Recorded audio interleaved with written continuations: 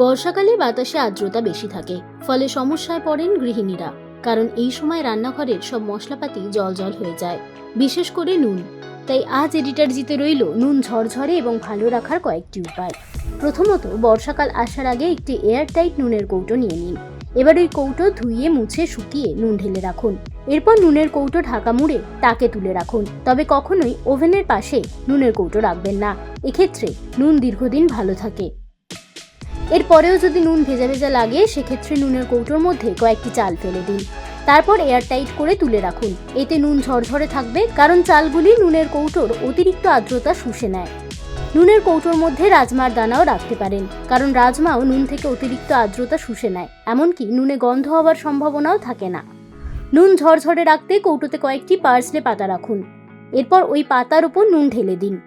এবার উপর থেকে দুটো লবঙ্গ দিয়ে ঢাকনা এয়ারটাইট করে রাখুন। এই ট্রিক্সেও নুন ঝরঝরে থাকবে।